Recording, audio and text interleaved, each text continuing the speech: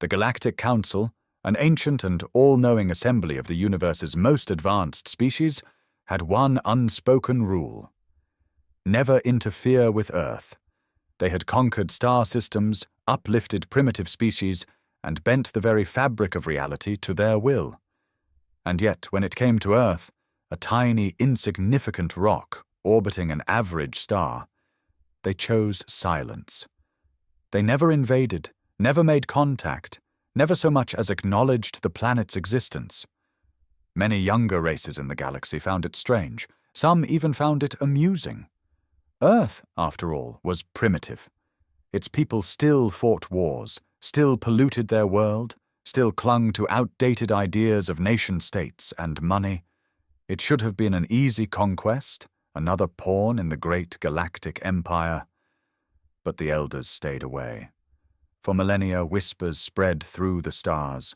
Conspiracies flourished in the darker corners of the galaxy.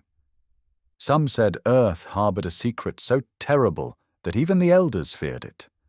Others claimed humans were cursed, marked by some ancient force beyond comprehension. No one knew for sure. That was until the ambitious and reckless Zorvath Dominion decided to find out. Commander Katal of the Zorvath fleet stood at the helm of his warship, staring at the blue-green planet on the main screen. He had heard the warnings, of course, but he was no fool. The elders were cowards. They hoarded power, hid knowledge, and spread fear to keep lesser species in check. Earth was a prize waiting to be claimed, a planet rich in resources, a population of billions ripe for labor or extermination, an ecosystem perfect for Zorvath colonization. Katal grinned, his sharp teeth glinting under the sterile lights of the command deck. "Begin the invasion," he ordered. The fleet moved into position. Warships descended through the atmosphere, scanning the surface for potential threats. A single transmission was sent in all Earth languages. "Surrender. You are now subjects of the Zorvath Dominion." Silence. Then something strange happened. The fleet's long-range scanners flickered. Their readings became erratic, as if the very fabric of space around Earth was shifting. A sense of unease settled over the crew. Katal scoffed. "Weak minds. Proceed with the assault." Drop pods were launched. Zorvath warriors landed in major cities, and then nothing.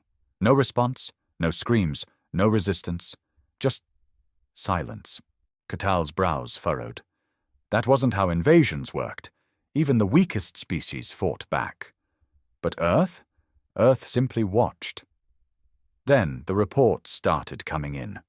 Warriors were disappearing. Entire squads went dark. The cities seemed wrong. Streets twisted in impossible ways. Shadows moved where there was no light. And the humans? They just smiled. "Commander," one of the officers whispered, his voice shaking, "I don't think we should be here." Katal snarled.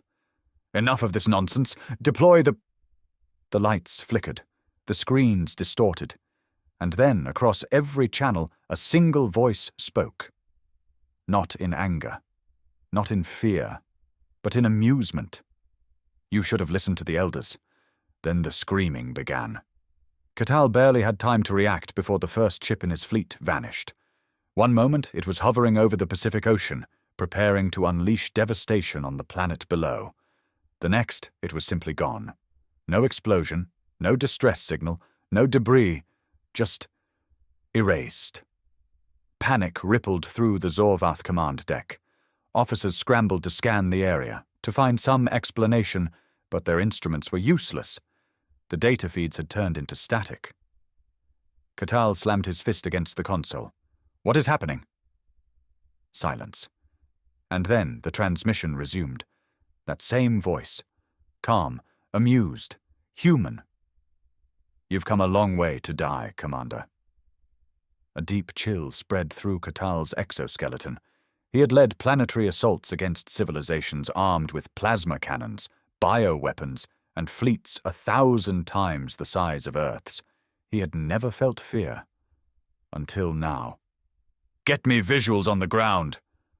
he barked. The main screen flickered. The image that appeared was wrong. The Zorvath warriors who had deployed to the surface were no longer Zorvath. They were changing. Their bodies twisted, elongated, shrank, morphed. One soldier was screaming, his voice turning into a garbled mix of every language spoken on Earth at once. Another clawed at his own face as his limbs curled into unnatural angles. And the humans? They stood there, watching, smiling. One of them, a woman, dressed in a simple white dress, tilted her head and looked directly at the camera feed, right into Katal's eyes. "Tell me, Commander," she whispered. "Did the elders never tell you what Earth truly is?" Katal's blood ran cold. This wasn't war. This was a trap. He turned to his crew. "Retreat. Now." The fleet began to move. The warships fired up their engines, desperate to escape the planet's pull. But it was already too late. Space itself had shifted. The stars were wrong. The planets in the Sol system had moved. The warp drives, designed to tear through the void, refused to function. Something was holding them here. Katal turned back to the screen, to the woman in white. She was still smiling. "You should have listened to the elders." And then, the real nightmare began. Katal had seen horrors on the battlefield, planets reduced to rubble, civilizations wiped from existence. He had waded through oceans of blood, conquered species that thought themselves invincible. But this was something else entirely.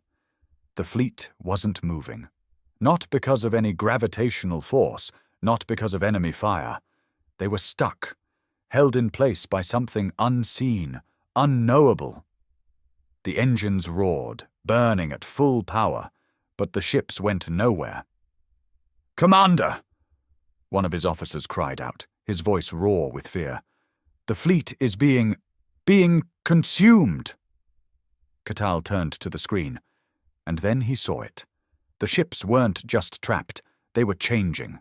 The hulls of their mighty warships, made of neutron-forged alloys capable of withstanding supernovae, were warping, bending, rotting. Metal became flesh. Circuits became veins. The once pristine surfaces of their vessels pulsed as if alive. A low, sickening groan echoed through the hull of Katal's flagship. The walls around him seemed to breathe. Then the screaming began. It didn't come from the crew, it came from the ship itself. Katal staggered back. "Status report!"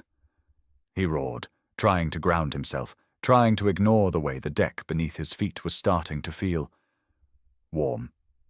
But no one responded. Because his officers were no longer themselves, one by one they were changing. Their bodies were twisting, morphing into something wrong. Some were melting into the ship itself, their bodies fusing with the pulsating, living walls. Others were becoming human. Katal watched in horror as his second-in-command, a veteran warrior of 1,000 campaigns, stumbled towards him, his mandibles falling off, his scales softening into pink, human flesh, his once multifaceted eyes shifting into round blue orbs filled with terror. "Commander," the officer whispered. His voice was no longer Zorvath. It was earthborn, human. Katal took a step back. No, this isn't possible." He turned to the screen again. The woman in white was still there, still watching, still smiling. "Why are you doing this?" Katal snarled, desperate for an answer. Desperate for anything that could explain this madness. She cocked her head. "We're not doing anything, Commander." The ship's walls shuddered. The air turned thick, heavy, wrong. Katal could feel it pressing against his exoskeleton, sinking into him, crawling beneath his skin. "You came to our world," the woman whispered. "You entered our domain, and now you're learning the truth." "What truth?" Katal growled. Her smile widened. "Earth isn't just a planet." The ship trembled violently. Katal felt something inside him shift. It's a predator. And with that, the flagship swallowed him whole. Darkness. Katal drifted in it, weightless, formless. He tried to move, but there was no body to command, no limbs to respond. He was suspended in something thick and unrelenting, as if reality itself had liquefied around him. And then the whispers began. They slithered through the void, just beyond understanding. Not words, but something deeper. Knowledge forced itself into his mind, unraveling everything he had once believed. Earth. It was never just a planet. It was never some primitive world waiting to be conquered. It was alive. Not in the way simple organisms were alive. Not like the sentient species that wandered the stars, believing themselves to be gods. Number Earth was something far more ancient. Something waiting, watching, hunting. And the elders had known. They had known all along. That was why they never came near. Not out of respect, not out of diplomacy, but out of fear. Because Earth did not welcome visitors. It assimilated them. A wave of raw terror surged through Katal's mind. He had to resist. He had to fight. He would not be consumed. But then he felt it. A presence. Something vast, incomprehensible, older than stars. It surrounded him, pressed into him. Its curiosity was suffocating, its amusement unbearable. Katal had been a warlord, a conqueror. He had stood against entire civilizations. But now, in this moment, he was nothing but prey. The presence spoke, not with sound, not with words, but with raw, undiluted understanding. Why do you struggle? Katal tried to resist, tried to cling to his own identity. But it was slipping, unraveling. He could feel himself becoming something else, something human. He could see them now, the others, his crew, his soldiers. No longer Zorvath, they stood on a vast, impossible landscape, their alien forms rewritten into something earth-born. Their bodies were new, their eyes were filled with memories that weren't their own. They had been remade. And then so was he. The last thing Katal saw before he faded was the surface of Earth, stretching endlessly beneath him, its vast oceans and deep forests pulsing like the veins of some ancient, waiting beast. And as his mind dissolved, one final truth settled into him like a whispered secret. No one leaves Earth. They just stop being something else. Katal awoke to the feeling of wind against his face, his human face. He gasped, sitting up, his chest rising and falling with strange, involuntary motion. Breathing, his lungs filled with air, his heart pounded, and his hands, soft, weak, human hands, trembled as he raised them to his face. Gone were his armored scales, his powerful mandibles, his ridged exoskeleton. He was smaller now, frail, familiar in a way that terrified him. Because he had seen these features before. On them, on the humans. A sharp laugh rang out behind him. He turned, pulse racing, another new sensation, one he hated. It was his second in command, or what was left of him. No longer a proud Zorvath warrior, but a man. Tall, muscular, dark-skinned. His eyes held something old, something weary. Memories that didn't belong. You look like you've seen a ghost. The man chuckled. His voice was different now, deeper, earthborn. Katal's mind screamed, but his body obeyed the human instincts now buried within him. He knew how to stand, how to balance on these weaker legs, how to exist in this new shape. It was wrong. All of it was wrong. Where are we? Katal hissed, his voice unfamiliar even to himself. The man, his former officer, sighed, rubbing the bridge of his nose. Earth. Katal turned, taking in his surroundings. They were in a city, not ruins, not an alien wasteland, but a real, functioning city. Skyscrapers stretched towards the sky. People, humans, walked the streets, laughing, talking, living. And then he noticed their faces. He recognized them, his crew, his warriors, the Zorvath who had come to conquer. All of them, remade. Some were construction workers, some were doctors, some were teachers. They walked with purpose, as if they had always been here, as if they had always been human. No one looked back at him with recognition. No one called out his name, because they didn't remember. Panic surged through Katal. He was losing himself. He could feel the old thoughts fading, the knowledge of Zorvath warships and battle formations slipping through his fingers like sand. And then, a familiar voice. "You're adjusting well." Katal turned and saw her, the woman in white. The same serene smile, the same knowing eyes. "What have you done?" he demanded, but his voice wavered. He could already feel it, the rage, the defiance. It was diminishing. She tilted her head. "We welcomed you." Katal clenched his fists. He wanted to fight. He wanted to hold on to who he was. But already it was becoming difficult to remember. His people had invaded Earth, and now Earth had invaded them.